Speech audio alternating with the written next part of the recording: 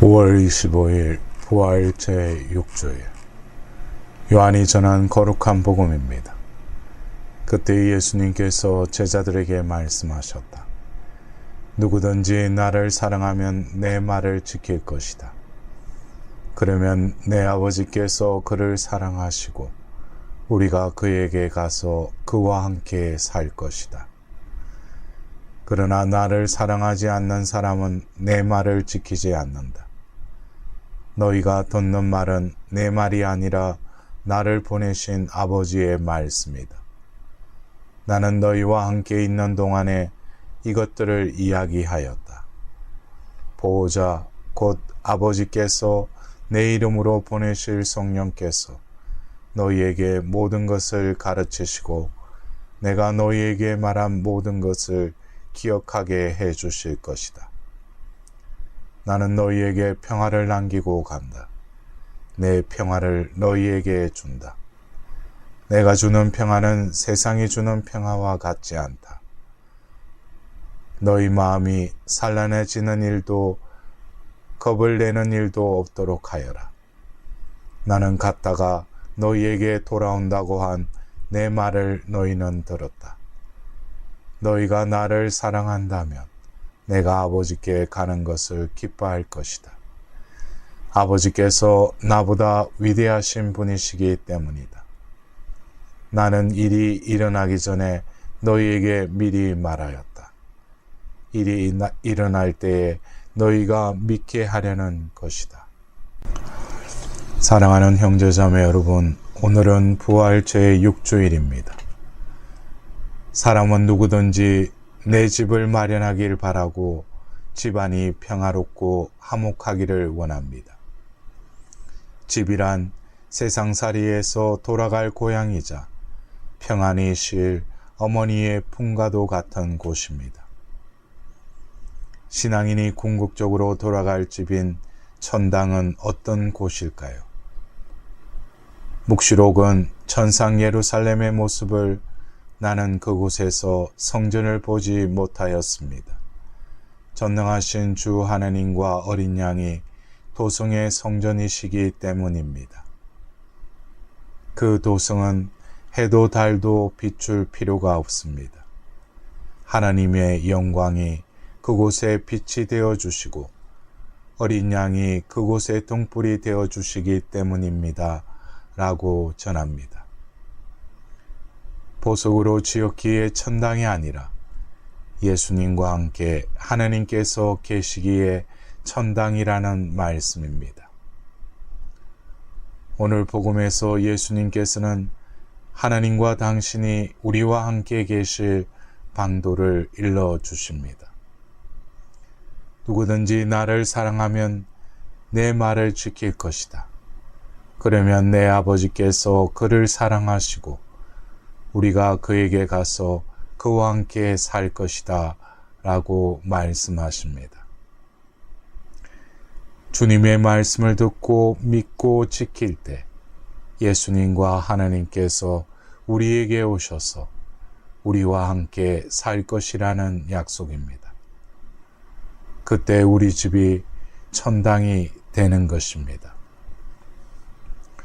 주님께서 우리에게 오시도록 우리가 지켜야 할 주님의 말씀은 지난주 복음에서 들은 대로 내가 너희에게 새 계명을 준다.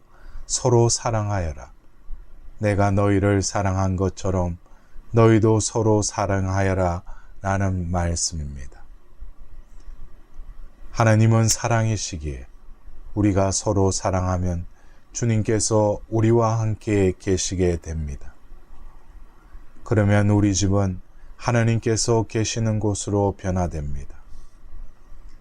이를 두고 바오로 사도는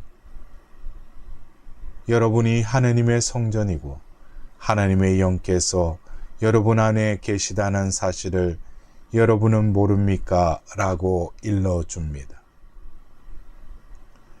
서양에서 한때는 번성했던 수도원에 사람들이 점점 떠나서 5명의 수사들만 남았습니다.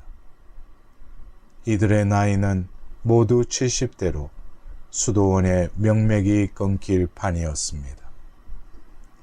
하루는 수도 원장이 유대교 랍비를 찾아가 우리가 죽은 다음에는 수도원이 완전히 버려질 판이니 뭔가 좋은 방법이 없겠소 하고 조언을 청했습니다. 랍비는 사실은 우리 해당에도 신자가 점점 줄어들어 저도 고민 중입니다 라고 걱정했습니다. 수도 원장과 랍비는 영적으로 황폐해져가는 현실을 개탄하였습니다. 돌아가시기 전 수도 원장은 랍비에게 다시 물었습니다. 정말 대책이 없을까요? 랍비는 이렇게 말했습니다. 제가 아는 것이라곤 여러분 중에서 수도원을 다시 갱생시킬 분이 있다는 사실이 전부입니다. 수도 원장이 돌아오자 다른 수사들이 원장님 무슨 좋은 묘안이 없으십니까? 하고 질문하자 수도 원장은 돌아올 때 그 랍비가 우리 중에 수도원을 다시 부흥시킬 구원자가 있다고 하더군. 무슨 수수께끼 같은 소리인지 원 하고 말하였습니다. 그 후 수사들은 랍비의 말을 곰곰이 되새겼습니다. 우리들 중에 구원자가 누굴까? 원장이 아닐까? 그분은 수십 년 동안 이 수도원을 책임져 오신 분이니까. 그런데 왜 랍비가 직접 원장님께 말하지 않았지? 아마도 토마스 수사일지도 몰라. 그는 거룩함과 성실함으로 단연 어떠미거든. 베드로 수사는 아닐 거야. 성격이 좀 개팍하거든. 아니야, 말이 좀 거칠고 직설적이어서 불편하지만 바른 말만 하니까. 야고보 수사는 아닐까. 그 형제는 너무 소극적이고 내성적이어서 지독감은 아니야 하고 말들 하였습니다. 하지만 그는 소리 소문 없이 사람들이 필요할 때 바로 옆에 있어 주었습니다. 물론 나는 결코 아냐. 그냥 평범한 사람일 뿐 구원자로 적당하지 않은 것은 누구보다 내가 더 잘 알지. 수도자들은 서로 속으로 이런 생각을 하면서 혹시라도 상대방이 구원자일 수도 있을지 모르겠다는 생각에 평소보다 더 조심하면서 존중하는 자세로 대하게 되었습니다. 그리고 물론 자기는 아니라는 생각에도 변함이 없었지만 그래도 만에 하나 그런 일은 할지도 모른다는 생각에 더욱 자신의 마음가짐과 은행도 충실하게 하면서 자신에 대한 존중감도 높여갔습니다. 사람들이 오래된 이 수도원을 둘러보러 오곤 했습니다. 그런데 방문하는 사람들은 뭐라고 딱 집어 말하기는 어렵지만 수도원에 흐르는 새로운 기운을 느끼게 되었습니다. 수도자들끼리 보여주는 서로에 대한 존중과 겸손하면서도 당당한 모습에서 나오는 기운이 수도원 곳곳에 배어 매력을 풍기고 있었습니다. 점점 더 많은 이들이 자주 수도원을 찾아왔습니다. 자주 와서 수도자들과 이야기를 나누던 젊은이들 중에 한 사람이 이곳에 남아 수사 생활을 하기로 결심하였습니다. 며칠 뒤에는 다른 젊은이가 합류하였습니다. 몇 년 지나지 않아 젊은 수도자들로 북적이는 옛날의 모습을 되찾게 되었습니다. 빛과 영성이 역동적으로 활동하는 생기 넘치는 곳이 되었음을 그들은 비로소 깨닫게 되었습니다.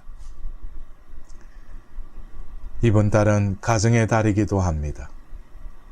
각기 돌아보는 우리의 가정은 어떤 집입니까? 행복한 경우도 있고 무엇인가 부족하고 아쉽고 어려움이 있을 수도 있습니다.